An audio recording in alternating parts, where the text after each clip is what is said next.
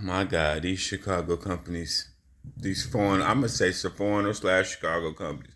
It's not all of them, but hell, it's like I would say it's like 60%, bro. 60, 70% have you running so illegally. This one company, they didn't let me sleep at all. I just stopped. And then they called me a few hours later, asked me as I'm gonna start running, as I'm gonna start driving. When I'm gonna start driving. I'm like, God damn, they don't give a fuck. They don't give a fuck. No wonder why these foreigners getting all these fucking accidents. They don't give a fuck. They'll see you stop driving at 6 o'clock, then get on the phone and call you at 11 o'clock and see, they know when you stop driving. They got all different types of GPSs and shit. They know when you stop driving. They have that power. They all got that power.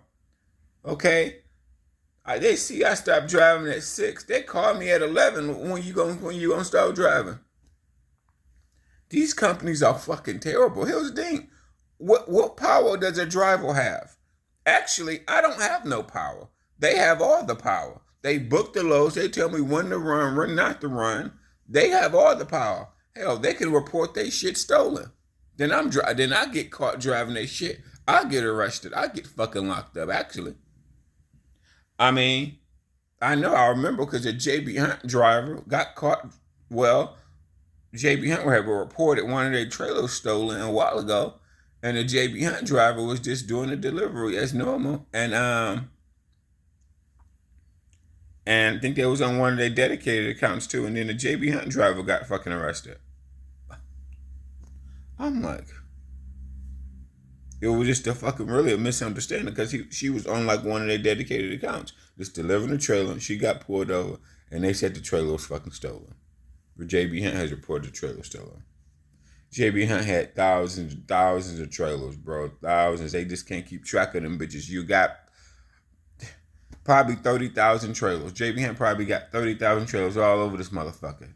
I ain't gonna keep track of that. Can you imagine getting 30,000 trailers and then reporting one missing? They probably not, because you got so many trailers that I just highly doubt somebody stole your trailer. I mean, don't get me wrong. Do I think somebody probably steal JB Hunt trailers? Them dedicated one on maybe 1%. But who's driving it? Not an owner or operator, a company driver,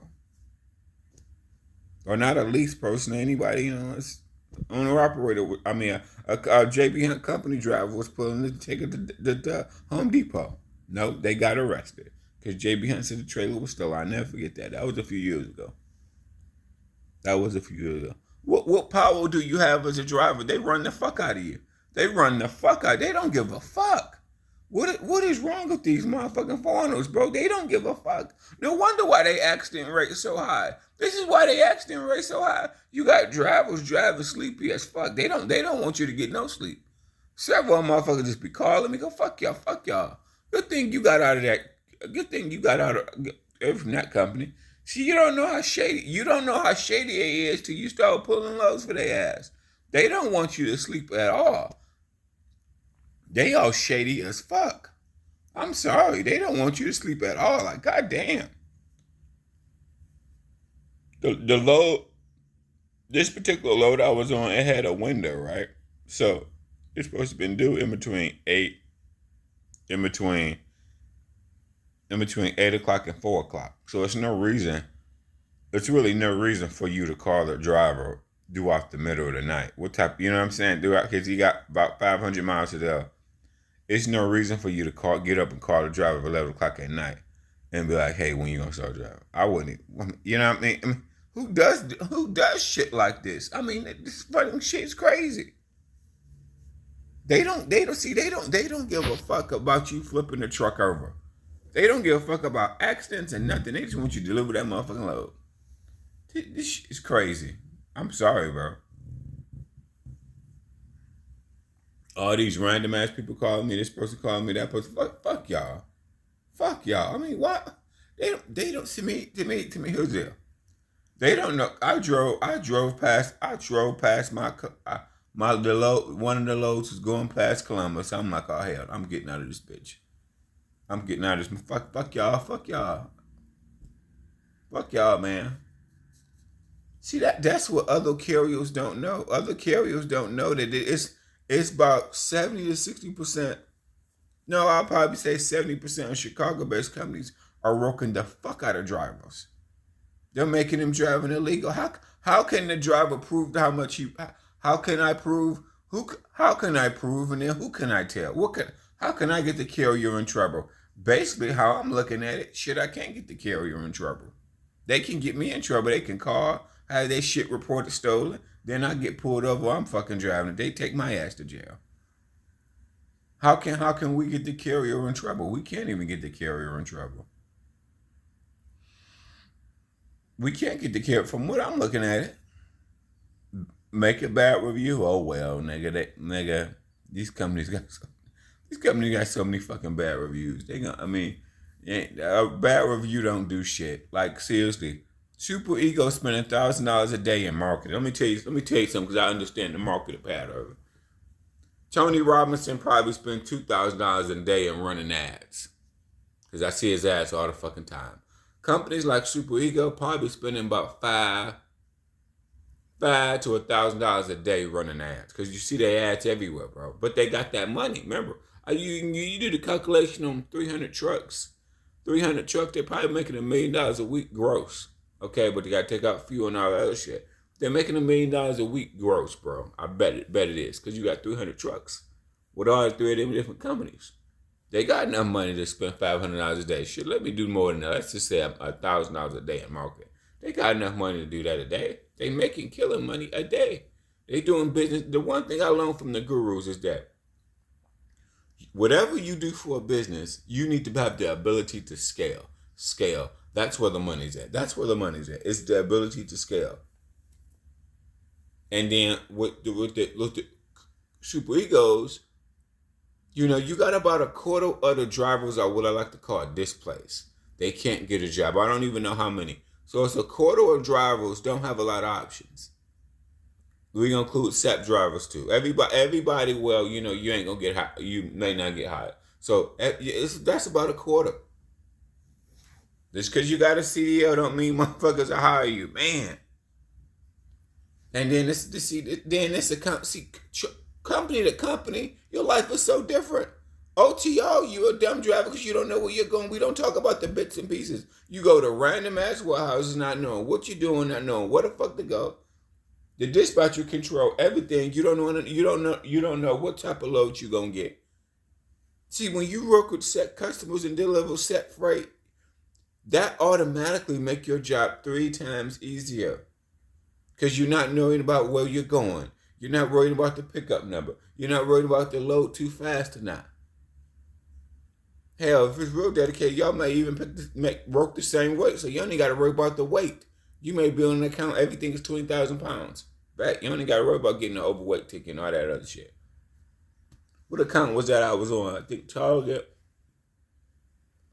Home Depot was sometimes overweight, though. I do remember that. When I did Home Depot, sometimes that shit was overweight. You would have to sometimes bring the trailer back. You have to bring the trailer back sometimes. I do remember that. They would stuff Home Depot shit in there. That shit can be fucking heavy. Overweight like a motherfucker. But shit, we don't talk about this. OTO, which they have is the hardest of all of them because you don't know where you're going and you get all different type of loads. Seriously, you get all different type of loads. You only, like I said, this is what the conclusion I met too about sleepers. About the time when you do OTO, you bunch of random loads. You only can get 8 to 6 hours in sleepers. That's what I probably will say. 80% of the time, because you always gonna get a fast load, and you're gonna be waiting at the dock. So in between waiting at the dock, getting a fast load, and the load got to be there next morning. You got to spend very little time in the sleeper. It just depends. Most of the time. Shit. These companies, bro. Oh my God, why do they do shit like that? Why do they put you at risk? Fuck. Then I don't know if DOT smart or not. DOT probably getting smart. Because because you pull over, you see a driver all these miles in a short amount of time. Didn't take no type of break. But he's still driving again. They don't even keep that in the conversation. They don't even keep that. They just reset your logs. I mean, that's crazy. If you've been driving a full day, then they only want you to stop for 4-5 hours. They're going to be calling your ass again. So I guess so they reset your log so you start back driving again. Oh my goddamn. In between your shift and your next shift, they don't give a fuck if you got 2-3 hours. They don't give a fuck.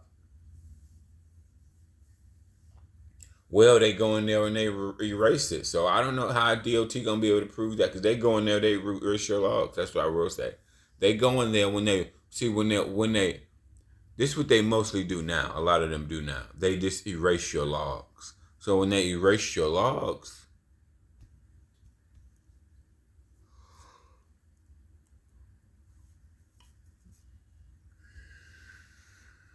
but then DOT gonna ask where you coming from. I will say that DOT usually always asks where you coming from. That's how they can determine.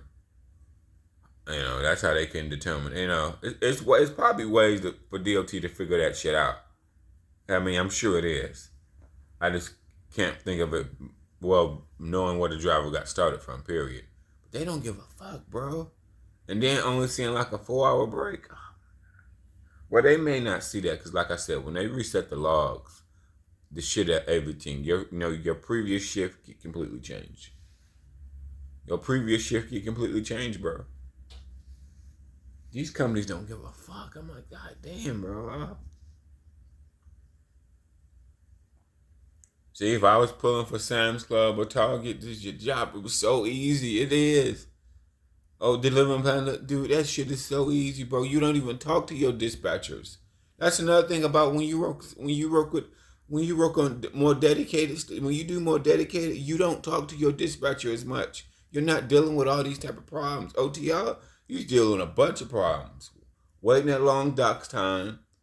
They bugging you about. They bug you about when you get loaded. Oh, you ever get to the next shipper? You ever get to the next shipper? We gotta get there. So you're stressed at all these different fucking angles, bro. I swear to God. Oh, they give a fuck how long you been driving. How long you been doing that? Don't have nothing to do with. I don't control shit. Doesn't matter if I've been driving 10, 20 years. It don't matter. To me, it doesn't matter. You don't control shit as a 10, 20-year driver. Only way you can control shit, you got to get yourself in a better position. Seriously. I'm sorry. 10, 20-year drivers, you don't want to do fucking OTR. You can't predict shit. You don't know where you're going from one place to the next. So what the fuck does your 10, 20 years do? Don't do shit. You got a company calling you. They only want you to get a few hours of sleep. They're going to call you and ask you when you're going to start driving. Fuck. But I've been driving 10, 20 years. These companies don't give a fuck, bro. Like, oh my God, bro. These fucking companies are scandalous. I mean, this shit is scandalous as fuck, bro. No wonder why you see shit get flipped over. I'm like, dude, nah, bro. The thing about it, you don't know. I'd rather get less miles. But no. They love to give you a whole bunch of miles, a short time to get the bitch there. That's how they make their money. They love to give all of them. They love to give you a shit ton of miles and a limited time to get that bitch there. And everything is live load. It's a disaster. This is the disaster. Trucking is not hard.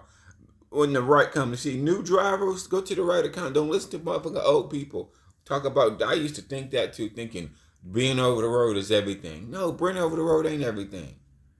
It is definitely not. Shit, man. No wonder why I fucked up. I fucked up so bad when I was with US Express too, because everything is live load. You dealing with a bunch of appointment times, and they were strict about the logs. Knowing what I know now, when everything is live load, and you going to all these random ass customers, and you waiting long times, spending 10 hours in the sleeper berth, will automatically put you behind. It will. It will put you behind a lot of times because you're dealing with a variety of loads. You're dealing with short window times, and it'd be different if every load was like 400 miles. But no, it's not. Like it'd be different if every load was only way you're gonna go. Only way you're gonna work somewhere where you on every load is gonna be like in between 400 and 300 miles if you work with a set client and customer like a Sam's Club or like a Target. Then you know, okay, every single day when I go there, all my loads gonna be in between 300 and 400 miles. Back, I can get that done today. See, that's easier. I know. Wonder why Sam's Club Target. That's all they do. Every single day you go in there, all your loads gonna be underneath 400 pounds. Bam. You gonna get that. You gonna pick that shit up in the morning, take that shit there. Bam. That shit's so easy. You're not talking to your dispatcher. I swear to God, one account, I think it was Target. My dispatcher didn't even know who the fuck I was, bro, because it just went so smoothly. You had the same stores 90% of the time. The shit just went so smoothly, bro. They don't gotta talk to you. You know, OTR is a bitch. It is. I swear to God. It make your job 3 times harder. You don't know where you're going, how long you're gonna be waiting at the dock, what type of loads you're gonna get. So much you don't know. So much you don't know. Nah. If it was up to a driver, you were like, damn, at least less miles. Because it's easier to flip a load on less miles. Because you don't know if you're going to go there, wait at that dock for 4 or 5 hours. Then the load need to be there tomorrow at 8 o'clock. Well, that ain't going to happen. Because I'm just now leaving that dock and it's 7, 8 o'clock at night. That's happened to me so many times. So many live loads. As a smart as you, if you got options, you don't want to do live load. It's a headache. OTR is a headache. You're not smart in anything. You don't know what you're walking into. You don't know nothing from nothing. Oh, and then like I said, the running lanes. I forgot about that, especially the running lanes. Oh my God, yes. Knowing the running lanes make you smarter. We don't talk about that. We just talk about drivers lazy. Driver to driver, they just oh, you just lazy. Oh, you just lazy. Oh, you just lazy. You just lazy.